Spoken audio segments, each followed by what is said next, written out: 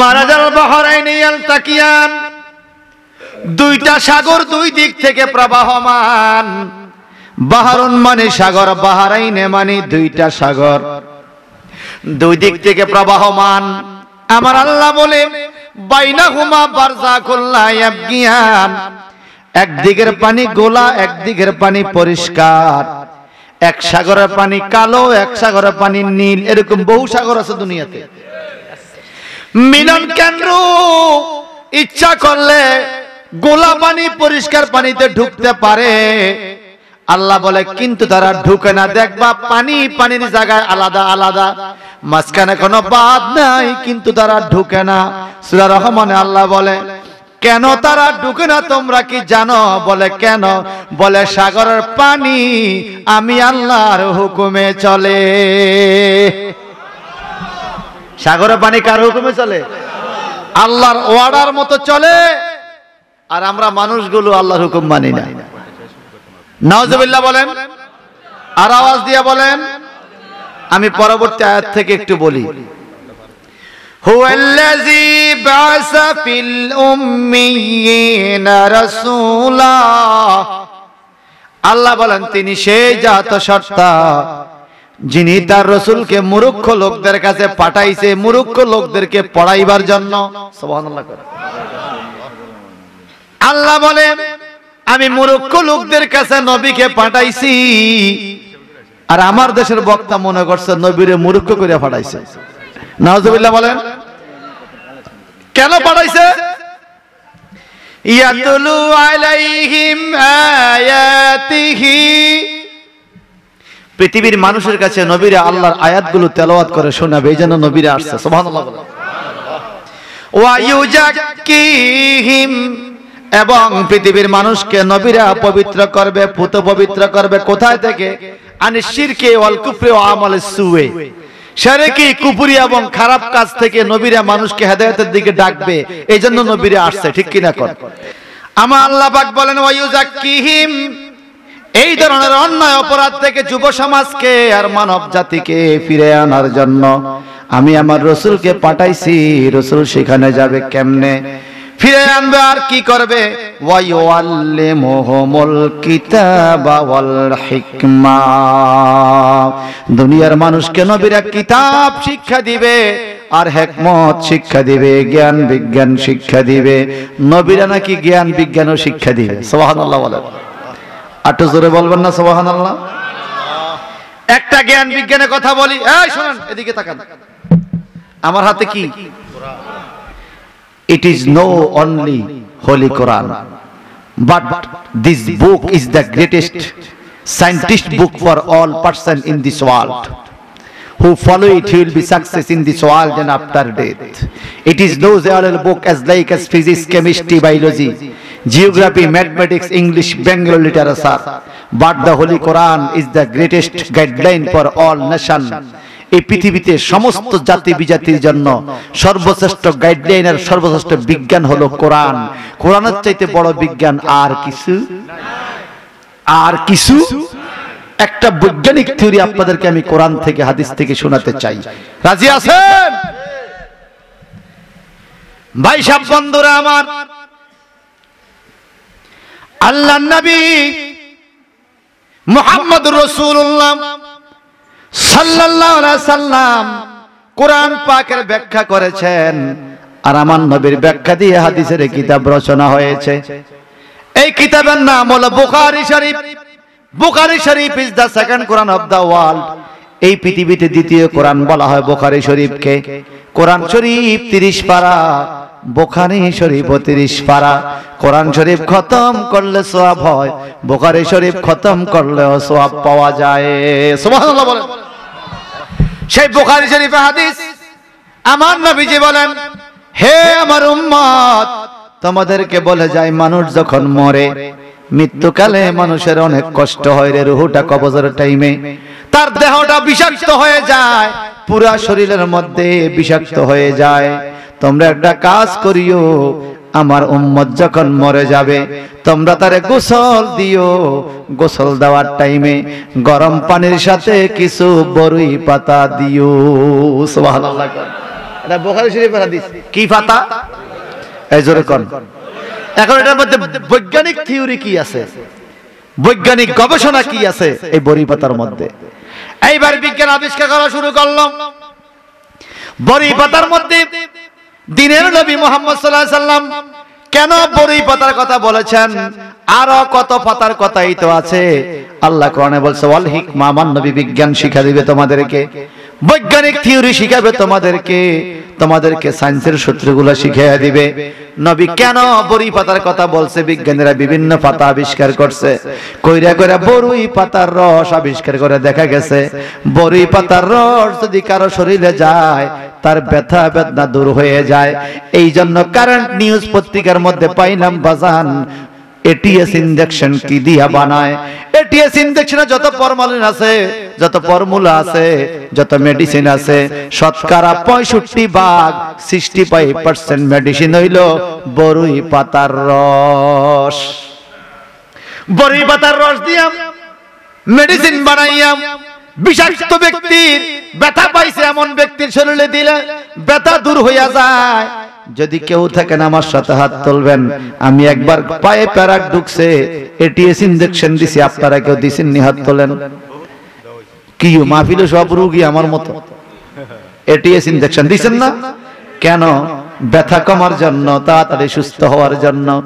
হায় রে ভাই আমার, বিজ্ঞান আবিষ্কার করছে বড় জোর 100 বছর হবে এটিএস ইনজেকশন বিজ্ঞান আবিষ্কার করছে, বড়ি পাতা গবেষণা করে।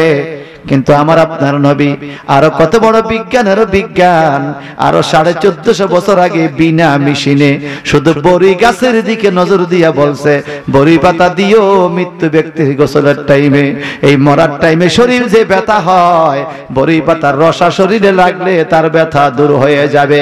আমার নবীর চাইতে বড় বিজ্ঞানী দুনিয়াতে আর কেউ নাই। আরো জোরে বলবেন না সুবহানাল্লাহ। যুবক ভাইরা নামাজ পড়েননি? আমি বলবো যদি সওয়াবের জন্য নামাজ পড়তে ভালো না লাগে, আপনি ব্যায়ামের জন্য পড়েন, ব্যায়ামের জন্য পড়েন। কারণ কি জানেন?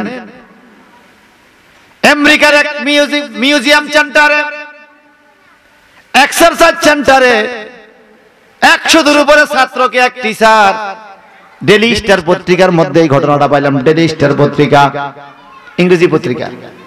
একজন টিচার ছাত্রদেরকে পড়াইতেছে, হঠাৎ করে বলে আমরা ব্যায়াম শিখবো চলো। এখন টিচারের ছাত্রদেরকে ব্যায়াম করায়, সোজা হও, আরামে দাঁড়াও, ডাইন হাত তোলো, বাম হাত তোলো, ডাইনে ঘুরো, বামে ঘুরো, উপর হও, সোজা হও, ব্যায়াম শিখাইতেছে। আমরা ছাত্রদেরকে শিখাই না? সেখানে একজন মুসলমান ছেলে ছিল ওই সেন্টারে। ওই মুসলমান ছেলেটা বলে স্যার, হে আমার শিক্ষক, আপনি যে ব্যায়াম শিখাইতেছেন খুব ভালো হয়, আমি একটা ব্যায়াম জানি, দেখেন তো আমার ব্যায়ামটা কেমন হয়। বলো বলো বলো কি ব্যায়াম জানো? ওই ছেলেটা আল্লাহু আকবার হাত উঠছেনি, কথা কয় না, নিয়ত বান্দা সোজা হইয়া দাঁড়াইছে। এইবার রুকুতে যায়, সুবহান রাব্বিল আযীম, আবার সোজা হয়, আবার রুকুতে যায়, আবার সিজদা যায়, আবার উঠে কেমনে দেখেন? আগে হাত উঠায়, পরে হাঁটু উঠায়। দেখবেন আগে হাত উঠাইয়া পরে হাঁটু উঠালে শরীর মটকা ফুটে, কথা কয় না, শরীরে টানাটানা খায়নি। আর আমগো দেশে কিছু লোক আছে নিয়ম হলো আগে হাঁটু পরে হাত নামবো, এরপরে নাক, এরপরে কপাল, ঠুস করে হাঁটু বাড়ি দেয়, কথা কয় না। সারাদিন মাটি গাড়ে, সারাদিন কাজ করে, সারাদিন শরীর সুস্থ, মসজিদে হাইতে আসে সুস্থ, হাইটা মসজিদে আইছে সুস্থ, আইয়া সেরদাত বয়ে গেছে, কথা কয় না। এই দেশে আমি আমার এলাকার কথা বলতেছি, যেই বেটা হাইতে আইতে পারে হে বেটা আইতে পারে না, হাইতে আইছে মসজিদে, মসজিদে সেরা বয়ে নামাজ পড়ে। আশ্চর্য কথা। যদি একান্তে অসুস্থ হন, নবী বলছে বৈশা নামাজ পড়ো, না পারলে শুয়ে শুয়ে নামাজ পড়ো। স্যারের কথা কোনো কিতাব মনে, স্যারের কথা আছে ডাক্তারের সিলিব, ডাক্তার কইছে আপনার কিছুদিন স্যারে বসে নামাজ পড়েন, যেহেতু ব্যথা পান না কমেনি দেখেন, ডাক্তারের স্লিপ দিছে ঠিকই 1 মাসের ওষুধ, হেতে আজীবনুল্লাহ স্যার কিনছে, কথা কয় না। মসজিদে স্যার কিনে তালা মাইরা মসজিদের গিরিলের লগে চাবিটা পকেটে লইছে সিকুল দিয়া, স্যারডা যাক থাক নামাজ যাক, স্যারডা থাক নামাজ যাক, স্যারডা থাক নামাজ যাক, স্যারডা থাক। আছে কিনা বলেন? আমি দোয়া করি মারা যারা অসুস্থ সবারে সুস্থতা দান করে দাও। আমিন বলেন, আমিন বলেন, আমিন বলেন, আরো জোরে আমিন বলেন। এখন আমেরিকার ওই ছাত্র যখন বলল ঠিক আছে সোজা হইল, এইবার ডাইনে ঘুর বামে ঘুর আসেনি নামাজ। আসসালামু আলাইকুম ওয়া রাহমাতুল্লাহ, আসসালামু আলাইকুম ওয়া রাহমাতুল্লাহ। ডাইনে বামে কতটুকু ঘুরবেন? এ বুক ঘুরাইবেন না, ঘুরাইবেন গাড়। কতটুকু? এই সিনা দেখতে হবে, এই সিনা দেখতে হবে। বুক সোজা, আসসালামু আলাইকুম, আমরা ওইবনি সালাম। বুক সোজা, আসসালামু আলাইকুম ওয়া রাহমাতুল্লাহ, আসসালামু আলাইকুম ওয়া রাহমাতুল্লাহ। ডানে ঘুর বামে ঘুর। এইবারে ছেলেটা যখন 2 রাকাত নামাজ শেষ করলো, ওই টিচারে জিগায় ছাত্ররে, হু আর ইউর টিচার? তোমার শিক্ষক কে? বলে কেন? বল তোমার শিক্ষক কে? এই ছাত্র বলে our teacher was prophet Muhammad Mustafa সাল্লাল্লাহু আলাইহি সাল্লাম। আমাদের ছাত্র হলো এই ব্যায়ামের শিক্ষক হলো নবী মুহাম্মদ রাসূলুল্লাহ। বলে এটা কি? বলে it is our prayer 5 Times in a day. এটা একদিন আমরা দৈনিক 5 বার, এটা আমাদের ইবাদত, আমরা এইভাবে নামাজ পড়ি, আমাদের দৈনিক 5 বার এটা করি। ওই টিচার বলে stop, it is no only prayer in a day 5 times for you, but this system is the greatest exercise of body of human. আমি একজন বিজ্ঞানী, আমি দেখতেছি সাধারণ নামাজ নয়, ডেইলি 5 বার যদি কোন মানুষ এই কাজটা করে, it is greatest exercise for body of human. একজন মানুষের বডিকে ফিট রাখার জন্য এর চাইতে বড় আর কোনো ব্যায়াম নাই। 2 রাকাত নামাজ সবচেয়ে বড় ব্যায়াম। 2 রাকাত নামাজ। যুবক ভাই, আপনি খেলাধুলা করেন ব্যায়ামের জন্য, আমি বলবো খেল তো খেলবেন, নামাজ পড়েন, নামাজ পড়েন, আল্লাহ খুশি হবে, ব্যায়ামও হবে, শরীরও ঠিক হবে। তাহলে আমার নবীর চেয়ে বড় বিজ্ঞানী কেউ আছে? জোরে বলেন আছে? ওয়াল হিকমা, আরেকটা উদাহরণ দিই আপনাদেরকে। ওয়াল হিকমা, নবী কত বড় বিজ্ঞান। বুখারী শরীফে হাদিস আছে, তোমরা ডাইন কাত হইয়া ডাইন গালের নিচে হাত দিয়া ঘুমাইও। কোন গালের নিচে? আমরা কুনমি হাত দিয়া ঘুমান। কইতে পারতো না হাত কুনমি দেয়। আমি জানি তো, মোবাইলের দিকে হাত থাকে ঘুমানোর টাইমে, ফেসবুক দেখতে দেখতে ঘুমাইয়া পড়ছে, মোবাইল ফিরির তলে হয়ে গেছে ঘুমের তালে। হ্যাঁ, ওকে থোঁতার বলে পড়ে চাইতে চাইতে। এই শোনেন, যিনি সন্ধ্যায় ঘুমাইবার আগে জিকির করতে করতে ঘুমাবে, আবার সকালে বিসমিল্লাহ বলে আল্লাহর নাম নিয়ে উঠবে, নবীজি বলেন সারা রাত ফেরেশতারা তার নামে সওয়াব লিখতেই থাকবে। আর আমরা মোবাইল দেখতে দেখতে ঘুমাই। নাউজুবিল্লাহ বলেন। সত্যিকার করে বলেন তো, মোবাইল আসার পরে আমাদের ইবাদত কমছে না বাড়ছে? জোরে কেন কমছে না বাড়ছে? যতবার মোবাইলটা ধরি ততবার যদি তাসবিহ ছড়া ধরতাম তো আমরা বেকে আল্লাহর ওলি হয়ে গেলাম। সারা দিন কেন মোবাইলটা ধরি, সারা দিন মোবাইল ধরি। এই কথা কোন ঠিক কিনা বলেন তো? ডাইন কাত হইয়া ঘুমানো, নবী বলছে ডাইন কাত হইয়া ঘুমাইও। এখন বিজ্ঞান আবিষ্কার করছে ডাইন কাত হইয়া কেন ঘুমাইতে বলছে। আমি ছেড়ে দিচ্ছি আর 2 মিনিট, আর 2 মিনিট। নবীজি ডাইন কাত হইয়া ঘুমাইতে কইছে। আমাদের বিজ্ঞানী থিওরি এখানে কি আছে একটু শুনবেন না? বৈজ্ঞানিক যুক্তি কথা কি ডাইন কাত হইয়া ঘুমানোর মধ্যে? মুসলমান, আপনারা মনে করছেন এই কোরআনটা শুধু পড়ে মুখস্থ করে হাফেজ হয়ে যাবেন আপনি, এটা তাকের উপর আপনারা পড়বেন। কোরআন শুধু পড়ার কিতাব নয়, মানুষের দুনিয়া এবং আখিরাতের সমস্ত কল্যাণের কাজ, কথা, গাইডলাইন এই কোরআনে দেওয়া আছে, সব দেওয়া আছে এই কোরআনে। কিভাবে চলবেন, কিভাবে খাবেন, কিভাবে আপনি ঘুমাবেন সেটাও দেওয়া আছে। আপনার ডাইন পাশে গালের নিচে হাত দিয়ে ঘুমাবেন, এটা নবীর সুন্নাত। সুবহানাল্লাহ বলেন। এখন বিজ্ঞান আমার নবীর এই কাজটাকে পরীক্ষা করা শুরু করছে। মুহাম্মদ কেন বলছে এই কথা ডাইন পাশে ঘুমাইতে? একজনকে বাম পাশে কাজ করে শোয়াইছে, আরেকজনকে ডাইন পাশে শোয়াইয়া এইবার ইসিজি মিটিং ফিটিং করছে। ইসিজি বুঝেন তো? ইসিজি মিটিং ফিটিং করছে, দেখছে যে বাম পাশে কাইত হয়ে ঘুমাইছে তার ইসিজিতে উঠছে, তার হার্ট ভালোভাবে কাজ করতে পারে না, শরীরের বডির চাপ পড়ে। মানুষের হার্ট হলো বাম পাশে। হার্ট কোন পাশে? হার্টের কাজ কি জানেন? আশ্চর্য হবেন। হার্টের কাজ প্রতি মিনিটে আমার আপনার হার্ট, আমার আপনার বডির পুরা ব্লাডকে 40 থেকে 42 বার নেয় আবার ছাড়ে, নেয় আবার ছাড়ে, নেয় আবার ছাড়ে। 1 মিনিটে 40-42 বার। এই যখন নিবে নিঃশ্বাস বাইর হবে, যখন ছাড়বে নিঃশ্বাস ঢুকবে। এভাবে প্রতি মিনিটে 40-42 বার নিঃশ্বাস আসে আর যায়। আমাদের হার্ট এই কাজ করে। নামাজি মানুষটা যখন নামাজে দাঁড়াইয়া যায়, আলিফের মতো সোজা হইয়া যখন সূরা ফাতিহা তেলাওয়াত শুরু করে, প্রত্যেকটা আয়াতের সাথে সাথে আল্লাহ পাক তার সাথে কথা বলে। আর আমার আল্লাহ বলে, রে নামাজি, তুমি সোজা হইয়া দাঁড়াইছো, আমার দিকে তাকাইয়া নামাজ পড়তেছো, আমাকে তুমি দেখো না, তবুও ডাইনে বামে তাকাও না, কারণ আমি তোমার দিকে তাকাইয়া রইছি। সুবহানাল্লাহ বলেন। আমরা নামাজের টাইমে গিয়ে দিক সেদিক তাকাই, কারণ আমি আল্লাহ তোমার দিকে তাকিয়ে রইছি।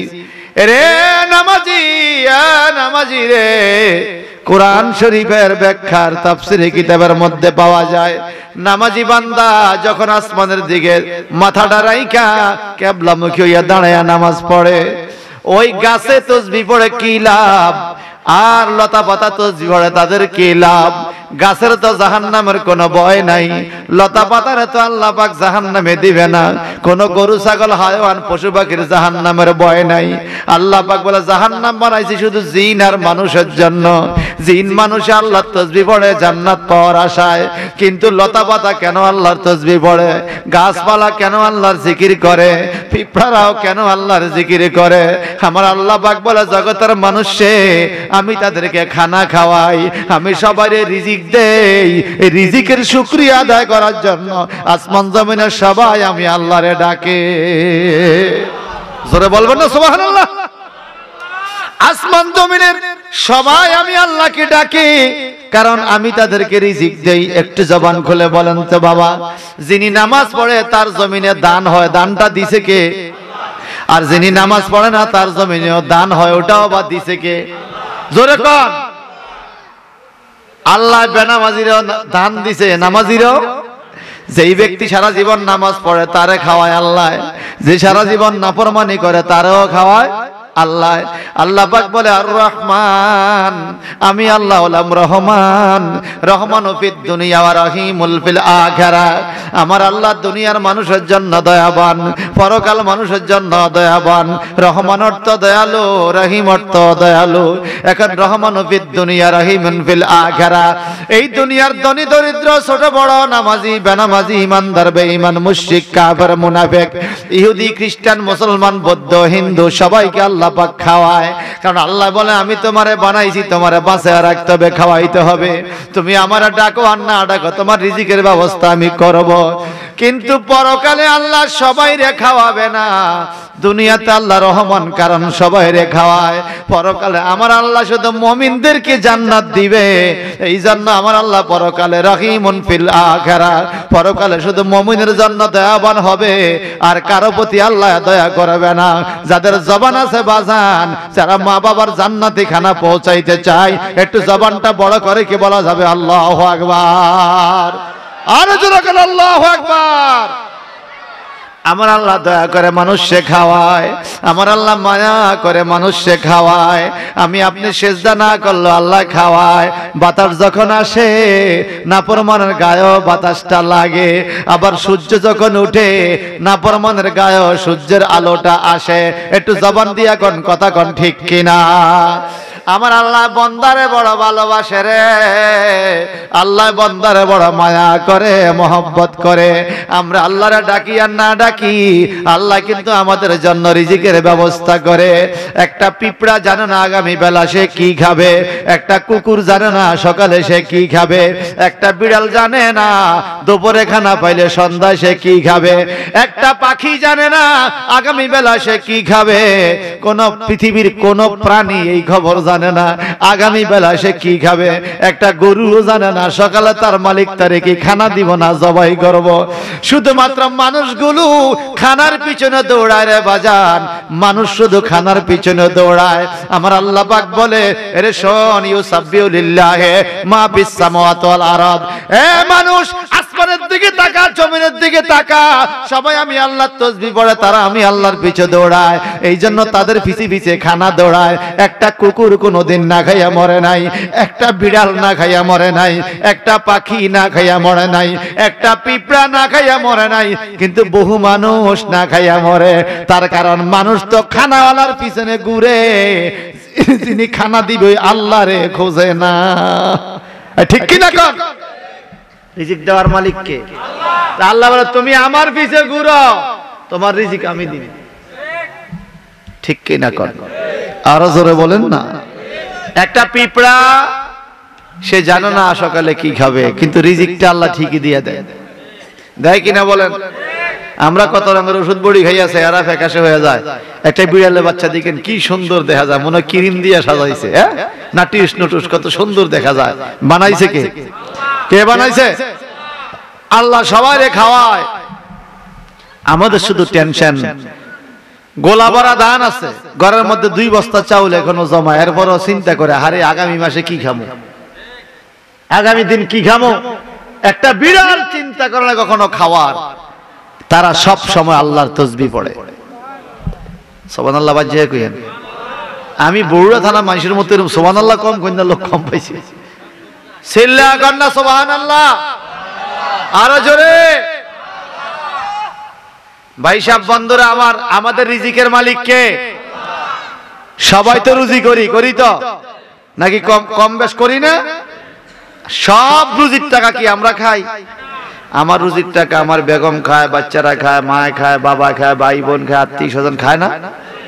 কিন্তু আমার মরার পরে যখন কবরে ফেরেশতারা ফিডা শুরু করব, আমার ভাই কি যায় কেউ আমার ভাইয়ের মাইরো না, ভাইয়ের মাইরটা আমারে দাও, কারণ ভাইয়া আমারে খাওয়াইছে। এই কথা কি ভাই বলবে? আল্লাহ তো এই কথা বলবে? মেয়ে কি বলবে আমার বাবারে আর মাইরো না, আমার বাবা আমারে কত 3 পিস কিনছে, কত খানা খাওয়াইছে, আমার বাবারে মেনো না, আমারে 1 সপ্তাহ মারো, বাবারে রেস্ট দাও। মেয়ে এটা বলবে? ছেলে বলবে? আচ্ছা বললো কি কাজে লাগবো? আল্লাহ কি কথা শুনবে? আল্লাহ বলবে যার যার সাজা তার তার, যার যার ফিডা তার তার, যার যার বোঝা তার তার। কখনো কবরে একজনের বোঝা আরেকজনকে পার করতে দিবে না। তাহলে কেন রে বাবা দুনিয়ার মধ্যে এরকম? শুধুমাত্র খানার জন্য এতার মাথাত বাড়ি দেয়, হেতার মাথাত বাড়ি দেয়, এতে এতারে মারে, হেতে এতারে মারে, এতার জায়গা দখল করে, হেন চুরি করে, হেন ডাকাতি করে। হায় রে আল্লাহ, খানার লাইগা দুগা খানার লাই। আমার মাঝে তার বোনেরা ফোন দিয়েছে, কই যাও? আমি কে ভাই গো দুগা বাতের লাই। কি কো দুগা বাতের লাই? আগে তো মাহফিলে গেলে মাসে ভাত খাওয়াইতো না, দুগা ভাত খাইতাম যাই, বাতের লাই যায়। যেই লোকে 1000 কোটি টাকা রুজি করছে ওই লোকে তো সারিয়ে ভাতে খায়, এ কথা কয় না? আর যে লোকে খুঁজাই বিছে দেখা, রিক্সা চালা, অটো চালা, ভ্যান চালা, এরাও কি খায়? বরং হিসাব করে দেখার 1000 কোটি টাকার মালিকে ভাত এতগুণ খাইতে পারো না, আমনে আর আমি গরিবে জাগাইতে পারি।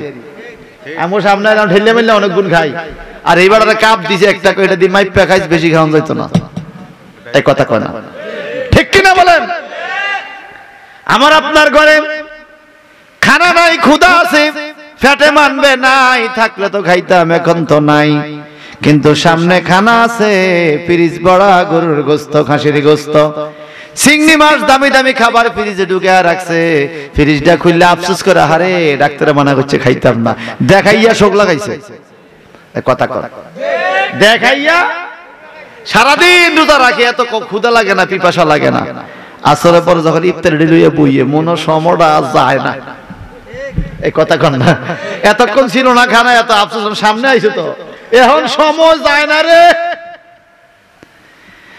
আমার ভাইয়ারা বন্ধুরা, এই জন্য আমার নসিহত থাকবে আয়াতে কারিমার ব্যাখ্যা থেকে, খানার পিছে ঘুরবেন না, খানা যিনি দিবে সেই মালিকের পিছে ঘুরেন।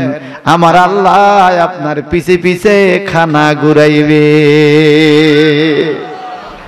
কথা বুঝেন নাই? মালিকের নাম কি? মালিকের নাম কি? একটু জিকির করে লা ইলাহা ইল্লাল্লাহ,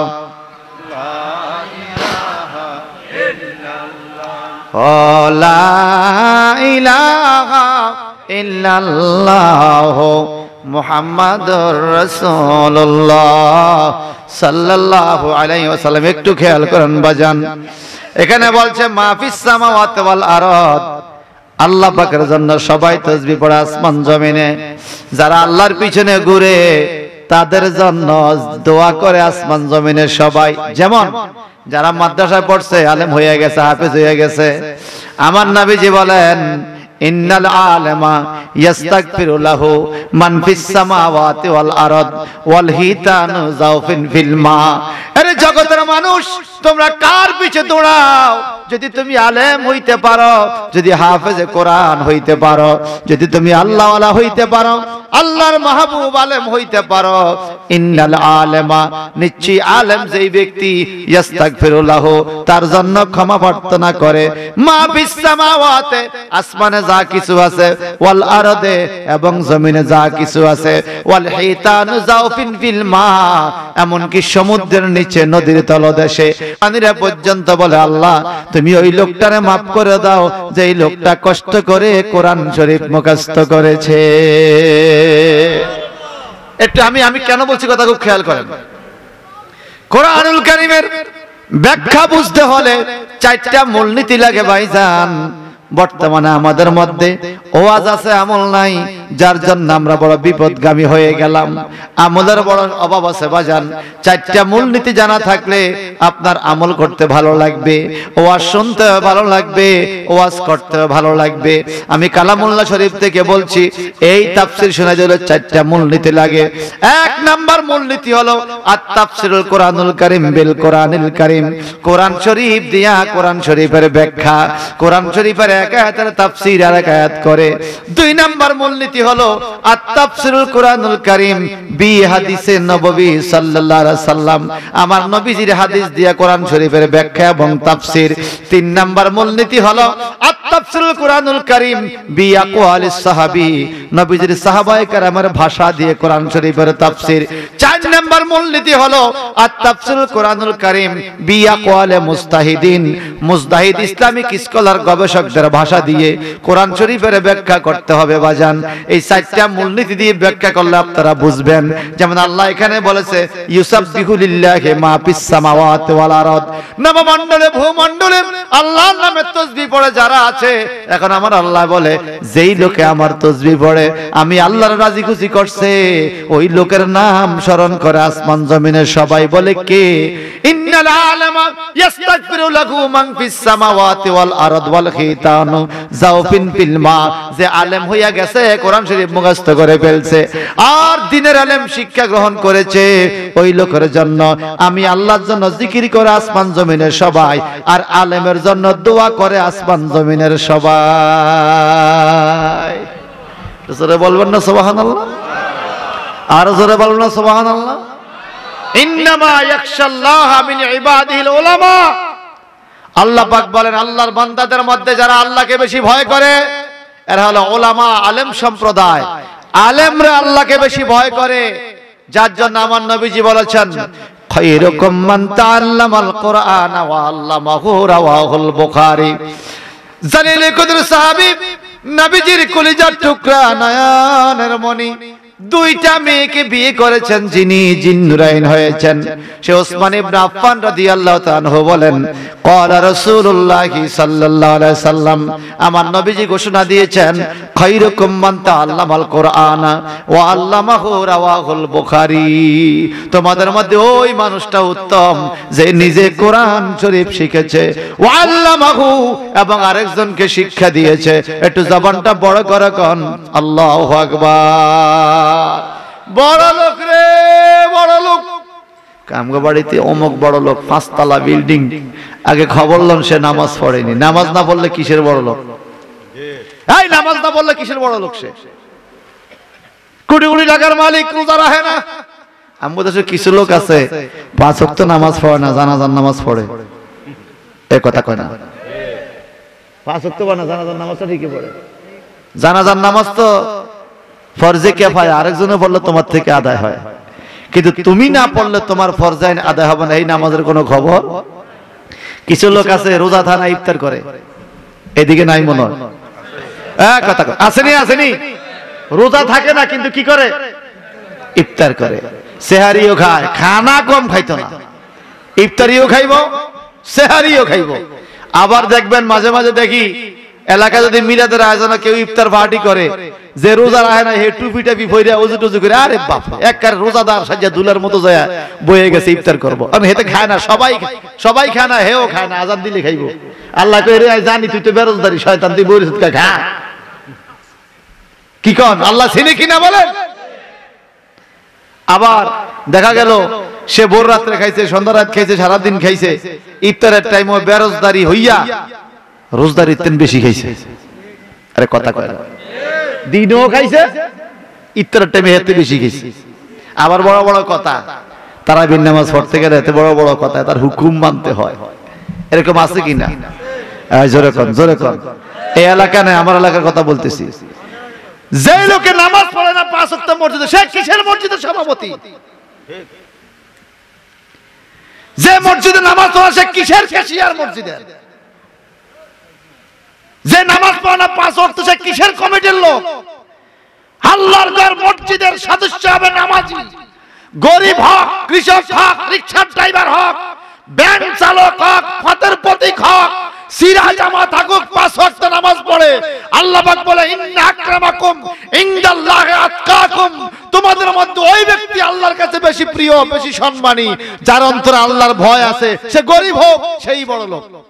নারে তাকবীর, আল্লাহু আকবার, নারে রিসালাত, নারে গাউসিয়া, ওয়াজিদিয়া দরবার শরীফ জিন্দাবাদ, খলারপার পশ্চিম পাড়া জামে মসজিদ, ইকরা ইন্টারন্যাশনাল তাহফিজুল কোরআন মাদ্রাসা জিন্দাবাদ। আপনারা চিন্তা করেন, আমি একটু দমকায় গেলে মারিয়ামনগরে হুজুরে পয়সা দিয়ে আনছি দমক খাইতাম, মাঝে মাঝে পয়সা দিয়ে আইনা দমক হনন লাগে। বলেন একদম নিজের বিবেকের প্রশ্ন দিয়া একটু করেন, মসজিদ মাদ্রাসা এগুলা কি বেনামাজি চালাইবো? কে চালাইবো? জোরে বলেন। তাই না বরকত হইব? এনসেই হুজুরে ওয়াজ করে, হুজুর যদি নিজে নামাজ না পড়ে ওয়াজে কাম হইব? ঠিক মসজিদের কমিটির লোকগুলো এরকম লাগবে, তাহলে মানুষের শ্রদ্ধাবোধ হবে যে কমিটির লোকরা তো নামাজ পড়ে। দেখছি ফজরের টাইমে সভাপতি গেছে, সেক্রেটারি গেছে ফজরের টাইমে।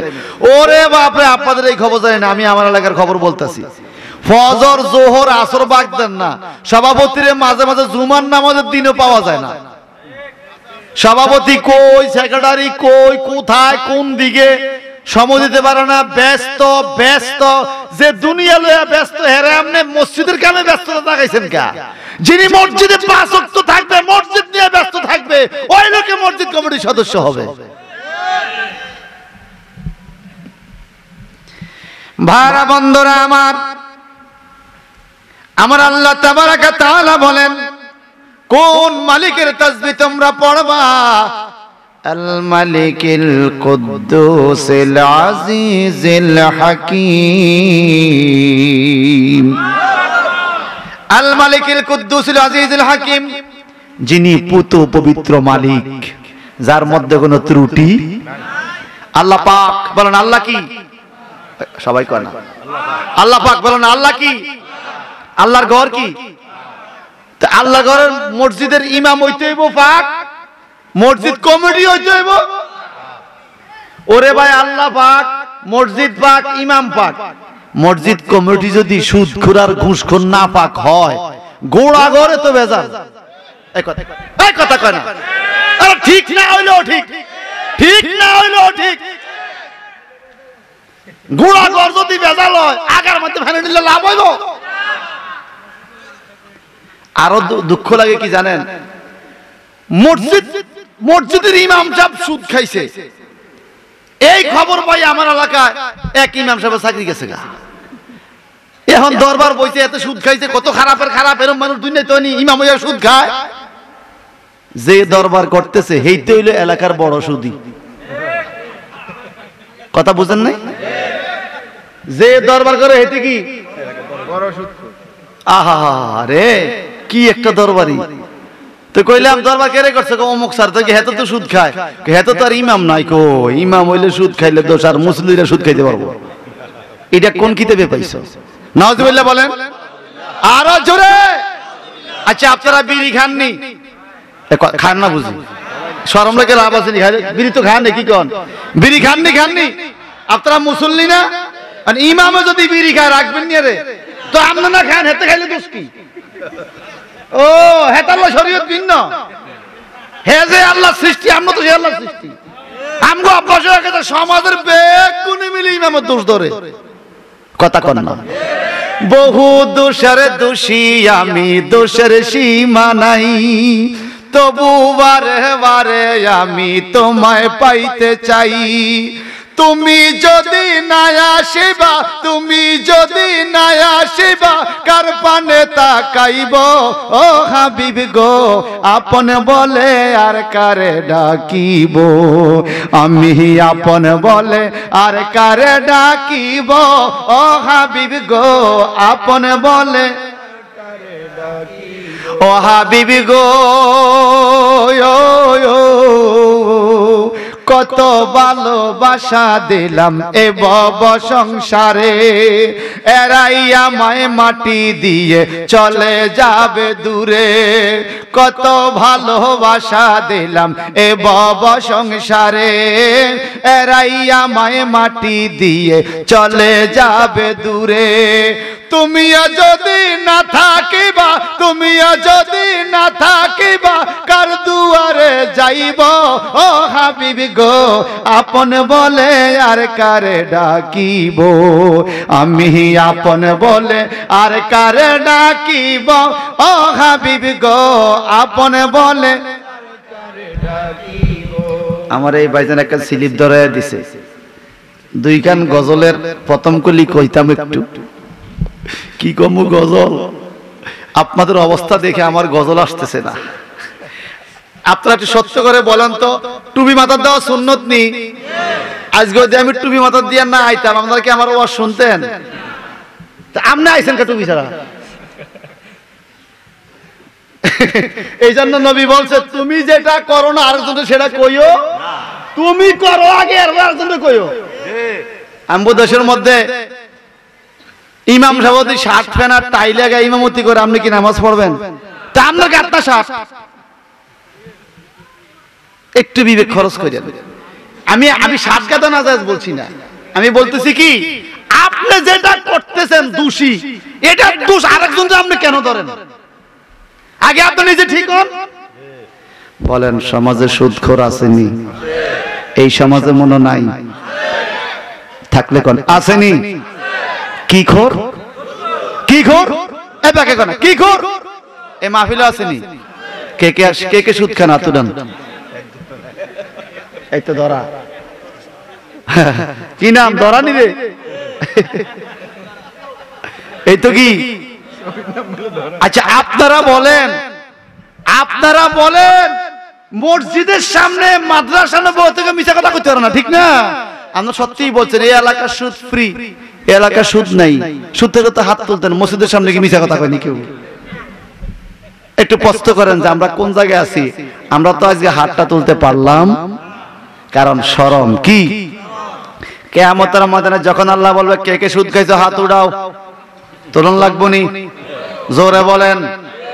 আপনি তুলতে হবে না, এই হাত নিচে নিচে উপরের দিকে উঠবে, আর হাতের থেকে জবান খুলে যাবে, হাত বলবে আয় আল্লাহ, তুমি এই দুই হাত দিয়েছো, সেই যেন এই দুই হাত দিয়া তোমার কাছে চায়, রিজিকের মালিক তুমি, সে তোমার কাছে চায় নাই, দুনিয়ার মানুষের কাছে টাকা লেনদেন করছে, সমাজের সবাই জানতো সে ভালো মানুষ, আসলে গোপনে গোপনে সুদের কারবার করত।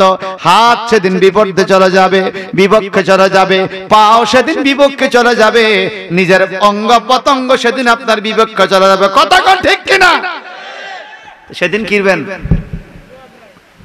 জবাব। আর একটা সত্য কথা কোন, কেন কইবেন নি? আসলে কে কে বিড়ি খান আতুডান? সবাই বুঝি আই খাই নি বিড়ি? আয় হারে সবাই কম, মানে আজকে হুজুর ও বিড়ি খায়। এই শোনেন, আমরা তো হাতটা তুলতে পারলাম না, ঠিক না? তাহলে বোঝা গেল এটা পছন্দ করে না মানুষ, এটা মানুষ পছন্দ। তো মানুষ যেটা পছন্দ করে না, আল্লাহ সেটা পছন্দ করে। একটা হাদিস শুনেন, বলতাম নি হাদিসটা? আমার দিনের নবী একদিন রওনা হইলেন জানাজার পাশে দিয়া, মিশকাত শরীফের হাদিস। জানাজার নামাজ হচ্ছে, আমার নবী বললেন ওয়াজাবাত, মানে ওয়াজিব হয়ে গেছে। কি ওয়াজিব হয়ে গেল? সাহাবায়ে কেরাম কিছু জানতে চাইলেন না। আরেকদিন আরেকটা জানাজার পাশে দিয়ে যাচ্ছেন, আজকেও নবী বলেন ওয়াজাবাত, ওয়াজিব হয়ে গেছে। এইবার সাহাবায়ে কেরাম জানতেছিলেন, ইয়া রাসূলুল্লাহ, নবী গো, ওই দিন একটা মৃত্যু ব্যক্তির জানাজার পাশে দিয়ে আসতেছি, মানুষ জানাজা পড়ে, আপনি বলছেন ওয়াজিব হয়ে গেছে, আজকে আরেকজনের পাশে দিয়ে যায়, আজকেও বলছেন ওয়াজিব হয়ে গেছে। কি ওয়াজিব হয়ে গেছে? বলে একজনের জন্য জান্নাত, একজনের জন্য জাহান্নাম। ও নবী, কেমনে কি হইছে বলেন না? বলে প্রথম দিন যেই লোকের পাশে দিয়ে যাইতেছি, ওই লোকের কাছে মানুষ হাত তুলে বলতেছে লোকটা ভালো ছিল, লোকটা ভালো ছিল, লোকটা ভালো ছিল। সমাজের মানুষ তাকে পছন্দ করে ভালোবাসার কারণে, ভালো বলার কারণে। আমার আল্লাহ তাকে ভালো বলে জান্নাতি বানায়া দিছে। আর আজকে যে জানাজার পাশে দিয়ে যাইতেছি, এই মানুষটাকে মানুষ ভালো মনে করে না, মানুষ তাকে খারাপ বলতেছে, সে ভালো ভালো মৃত্যু পায় নাই। মানুষ তাকে খারাপ বলার কারণে আল্লাহ তাকে খারাপ বলে জাহান্নামী বানায় দিছে। অর্থাৎ দুনিয়ার মানুষের কাছে আল্লাহর কিছু সার্টিফিকেট আর আল্লাহর কিছু দয়া আছে। যদি দুনিয়ার মানুষ ভালো বলে, আল্লাহ তাকে ভালো বলে। দুনিয়ার মানুষ যদি খারাপ বলে, আল্লাহ তাকে খারাপ বলে। তাহলে একটু জবান খুলে বলতে হবে, আমার ভাইয়ারা, আমরা দুনিয়াতে ভালো হইয়া চলার দরকার আছে কিনা? যেন মানুষে আমরা ভালো করে, যেন মানুষে বাপে কত ভালো মসজিদে নামাজ পড়ে, ফলায় এমনে ডুলে, কি রে খাইছে, কি খাইছে, বাবা বাবা বাবা, এ তোর বাপে তো মসজিদ, বাবা বাবা, এ তোর বাপ তো মসজিদ। আর জন গাইতে বাবা খাইছে, আরে কই কি সারা জীবন শুনলাম বাবারে খাওয়া, এই তখন বাবারে খায়। এই সমাজ নাই মনে হয়? জীবনে যদি একবারও খলার বড় এলাকার মানুষ স্মরণ না করে, সত্য কথা বলতে হবে হবে। বলেন সুদ খাবেন না, গাঁজা খাবেন না, মদ খাবেন না, এরা ভালো না খারাপ? ভালো হইলে তো সামনে খাইতো, হারার পিছে যায় খায়, দোকানের পিছে যায় খায়, ঘরের পিছে খায়, অন্ধকার রাত্রে বাগানের নিচে ঢুকি খায়। কা চা খাইতেছি, পান খাইতেছি, কলা খাইতেছি ব্যাগের সামনে। তুই এটা কিতারে খাস বাবা, কিতারে খাস বাবা, ভিতরে কিতা ঢুকাইলি তুই? সুবু সুবে টানস ঘটনা কি? তোর খানা তুই খাইবি সুবু সুবে কা? বুঝা গেল এই খানাটা তুইও পছন্দ করস না। তুই যেটা পছন্দ করস না, আল্লাহ তোরে কেমনে মাফ করব? কেমনে তোরে আল্লাহ মাফ করব? কেমনে মাফ করব? অনেক ভালো ভালো মানুষের ছেলে পেলে ইদানিং বন্ধু বান্ধবের পাল্লা পড়ে নেশাখোর হয়ে গেছে। যে হইলে সবাই কয় নেশাখোর হইছে না, হইছে না? আপনার এদিকে নাই মনে, আমি আমার কথা বলতেছি। কত ভালো মানুষ, কি ভালো রে, চেহারা শুরুতে কি ভালো, প্রিন্সের মতো লাগে। খুঁজকে বললে হাতে এই কারবার করে ফেলাইছে, হেতার ফোটলা ফোটলা আছে, ফোটলা কি আছে জোরে কন। আগে মুরব্বীরা মাথার মধ্যে রাখতো ফানের ফোটলা, এখন জোয়ানরা মাথার মধ্যে রাখে বড়ির ফোটলা। এটা বাতের বড়ি, এটা না খাইলে বাতের ব্যারাম ভালো হয় না। আছে কিনা বলেন? আরো জোরে বলেন, আছে কিনা? শোনেন, যারা নেশা করে এদেরকে তিনাতুল খাবাল দেওয়া হবে। তিনাতুল খাবাল। সাহাবা কেরাম বলেন, ইয়া রাসূলুল্লাহ, মা তিনাতুল খাবাল? তিনাতুল খাবাল আবার কি? আমার নবীজি বললেন, এটা হলো জাহান্নামী মানুষের পায়খানা প্রস্রাব। জাহান্নামে জ্বলার পরে ফুস বাইরেব, রক্ত বাইরেব, পায়খানা প্রস্রাব বাইরেব। এগুলো পাত্রের মধ্যে লইয়া খাইতে দিব। কাকে? কয় যে নেশা করছে তাকে। জোরে বলবেন না নাউজুবিল্লাহ? আল্লাহর হাবিব অন্য হাদিসে বলেন, একটা সুইয়ের ছিদ্র দিয়া উট যাইতে পারে, কিন্তু নেশাখোর জান্নাতে যাইতে পারবে। ওট কি সুইয়ের ছিদ্র দিয়ে যাইতে পারবো নি? আল্লাহ এরপরে বলছে যাইতে পারে, কিন্তু নেশাখোর জান্নাতে যাইতে পারবে। নেশাখোর জান্নাতের ঘ্রাণও পাবে না। জান্নাতের ঘ্রাণ কত দূরে যাবে, বেহেশতের ঘ্রাণ কত দূরে যাবে। আমাদের বাড়ির সামনে সুন্দর সুন্দর ফুলের বাগান করি, ঘরের সামনে ফুল গাছ লাগাই। যদি ফুল গাছটা ঘরের চাইতে বড় হয়ে যায় তাহলে বেশি ভালো মানায় না। ঘরের দরজার সামনে ছোট একটা ফুল গাছ খুব সুন্দর মানায়, ভালো মানায়। আল্লাহর নবী বলেন, জান্নাতের দরজায় একটা গাছ থাকবে, শোভাবর্ধন গাছ। এই গাছটা কত বড় হবে আর জান্নাতটা কত বড় হবে। এই গাছের ছায়া এত বড় হবে, একটা আরাবিয়ান হর্স, আরব দেশের ঘোড়া অনেক জোরে জোরে দৌড়াইবে। 100 বছর দৌড়াইয়াও বেহেশতের দরজার সামনের গাছের ছায়াটা শেষ করতে পারবে না। 100 বছর, 100 বছরের পরে তার ছায়া। এখন সাহাবা কেরাম বলে, ইয়া রাসূলুল্লাহ ঘটনাটা কেমন হবে? বলে জান্নাতের দরজার থেকে বেহেশতি খুশবু ওই 100 বছরের রাস্তা পর্যন্ত পৌঁছে যাবে। অর্থাৎ কোন নেশাখোর যদি অন্যান্য ইবাদত করে তারপরেও তাকে জান্নাতের 100 বছরের দূরত্বে পালাইয়া রাখবে, সে জান্নাতে থাকতে পারবে না। একটু জবানটা বড় করে বলুন নাউজুবিল্লাহ। আমরা জান্নাত চাই, জান্নাত চাই। তোমার গনার দিন পোরাইয়া যাবে, যৌবনে লাগবে বাটি। ওই যে দেখো ডাকিতেছে তোমায় কবরের মাটি। ওই যে দেখো ডাকিতেছে তোমায় কবরের মাটি। সন্ধ্যার আগে যেদিন ডুবিবে বেলা, এক পলকে ভেঙে যাবে তোমার রঙের মেলা।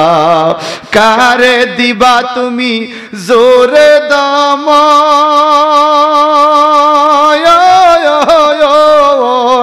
কারে দিবা তুমি জোরে দম, কার মাথায় ভাঙবা লাঠি।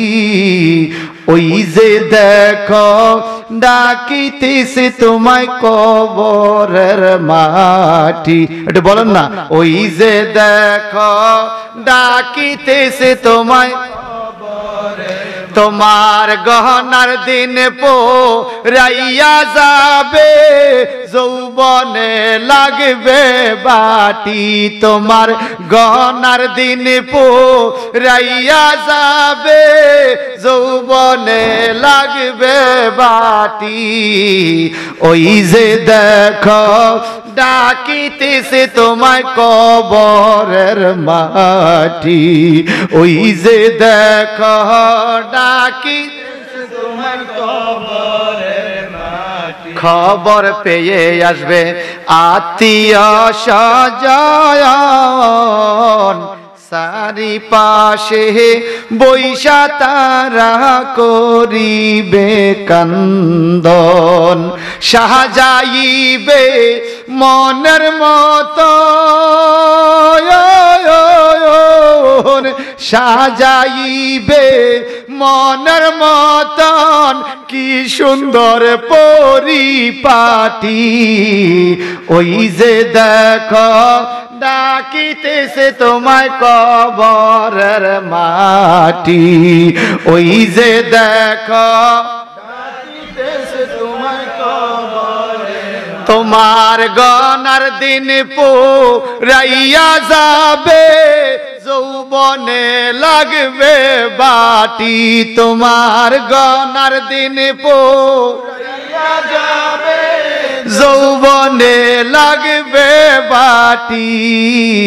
ওই যে দেখো তোমায় কবরের মাটি। সংসারে আর কইরো না রে ভুল, চাইয়া দেখো ছিল কালো তোমার সাদা হইছে চুল। হইছেনি, হইছেনি। চতুর্দিকে মাটির ঘরে দিবে না শীতল পাটি। তোমার চতুর্দিকে মাটির ঘরে দিবে না শীতল পাটি।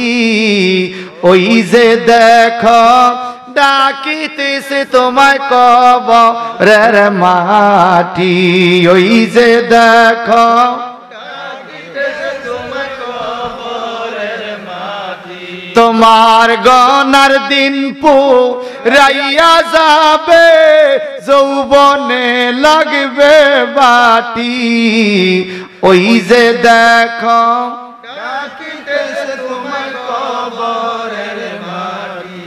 প্রত্যেক দিন মানুষ মরেনি, আজকে এই গ্রাম, কালকে ওই গ্রাম, পরশু ওই গ্রাম, আজকে এই বাইত, কালকে ওই বাইত, ডেইলি আমরা কোনো না কোনো জায়গার মানুষের মৃত্যুর খবর শুনতেছি। কথা ঠিক? যেরকম কথা ঠিক। মৃত্যুর খবরটা শুনলে ইন্না লিল্লাহ পড়তেছি। কত মানুষকে আমরা কবরে বিসমিল্লাহ ওয়ালা মিল্লাতে রাসূলুল্লাহ বলে নামাইলাম, কত মানুষের জানাজা পড়লাম, কত মানুষের মাটি দেওয়ার টাইমে মিনহা খলাকনাকুম ওয়া ফিহা নুঈদুকুম ওয়া মিনহা নুখরিজুকুম তারাতান উখরা দোয়াটা পড়লাম। কিন্তু বড় আফসোসের বিষয় কি জানেন? আমি আমার বাড়িওয়ালার জন্য পড়েছি, আমার দেশবাসীর জন্য পড়েছি, কিন্তু আমি যখন কবরে নামবো, আমি যখন লাশ হয়ে যাব, তখন আমি আর আমার জন্য কিছু পড়তে পারবো? তাহলে কি মরার পরে পড়বেন না আগে পড়বেন? হুঁশিয়ার কি পরে হয় না আগে হয়? মরলে তো সাপও সোজা হয় বাবা, আমরাও সোজা হয়ে যাইবেন মরলে, ঠিক কি না? কিন্তু মরার আগে সোজা হইতে পারলে লাভ আছে। আমাদের গনার দিন দিন দিন পুড়ায় না? হায়াতের বেলাটা কি উড়ে না ডুবে? যেরকম হায়াতের বেলা উড়ে না ডুবে, তো বেলা ডুবে যাচ্ছে, তুমি এখনো অন্যায় করতেছো, বিষয়টা কি? তুমি কি আল্লাহর ভয় পাও না, নাকি তুমি শুধু গরু খাওয়ার মুসলমান? আমরা যে মুসলমান বোঝা যায় বেশি কোরবানি ঈদের দিন, ঠিক কিনা? গোস্ত কদুর খাওয়ান লাগবে, হারাহারি কইরা হোক, কিলাকিলি কইরা হোক, যেমনি হোক গোস্ত লাগবে। আমি মুসলমান না? এক লোকে ওই দিনকে এক মিলাদের মধ্যে 4 দিনের দোয়ার মধ্যে পিন্নি দিছিল। কি দিছিল? পিন্নি বুঝেননি আপনারা? সিন্নি পিন্নি। তো যুবক একটা এই পিন্নির ফাতিল লইয়া লাইগা মোটামুটি মারামারির অবস্থা হয়ে গেছে। এদিকে আমার দিল না একটু, এই জন্য আমি প্লেট পালা দিছি। নবীর সুন্নত না, সিন্নি কেন নবীর সুন্নত না? সুন্নত তো এই যে ফজর নামাজ পড়ছ, তুই কয় না হুজুর পড়ি নাই। তুই ফজর ফরজ পড়ছ না, তুই সুন্নত খাইতে আইছ। কথা বুঝেন নাই? ফজর নামাজ পড়ে না, এটা ফরজ, কিন্তু সিন্নি খাওয়া সুন্নত, এটা খাইতে আইছে। আহারে সুন্নত রে। আমি বিয়ে করছি, কে কে বিয়ে করছে একটু হাতটা উঠান। বিয়ে করছেন কে কে? হাত উঠান। করছেন নি? কিরে তুই আতুরেছ? ছোট লোক আতুরেছ? করবো আল্লাহ উঠেছে। শোনেন আতনামান ভাই, আন্নাকাউ সুন্নতি ফামান রাগিবান সুন্নতি ফালাইসা মিন্নি। নবীজি বলে বিয়ে শাদী আমি নবীর সুন্নত, যে বিয়ে সুন্নত মতো করে না সে আমার দলভুক্ত। এবার কার কার বিয়ের মধ্যে আপনারা মাই আইনা নাচাইছেন? আতুরান গায়ে হলুদে ডেক্সেট দিয়া নাচাইছেন নি? বিয়াবাদ, বিয়াবাদ। নবী বলছেন ফালাইসা মিন্নি, বিয়া দূরের কথা, সে আমার উম্মতের খাতায় ধায় না। আমরা বলে মুসলমান। বিয়ে একটা দোয়া অনুষ্ঠান, সারা জীবনের সংসারের জন্য দোয়া। আপনি এই দোয়ার মধ্যে মাইয়া বলা না চাইছেন, আমরা যদি তো শখ হয় আপনি অন্য দিন নাচান না। বিয়ার দিন কা? বিয়া তো ইবাদত, বিয়ে হলো একটা ইবাদত, ওই দিন কেন? আবার আমার মুরব্বীরা আমাকে হোলাইনে কত আনন্দ করে।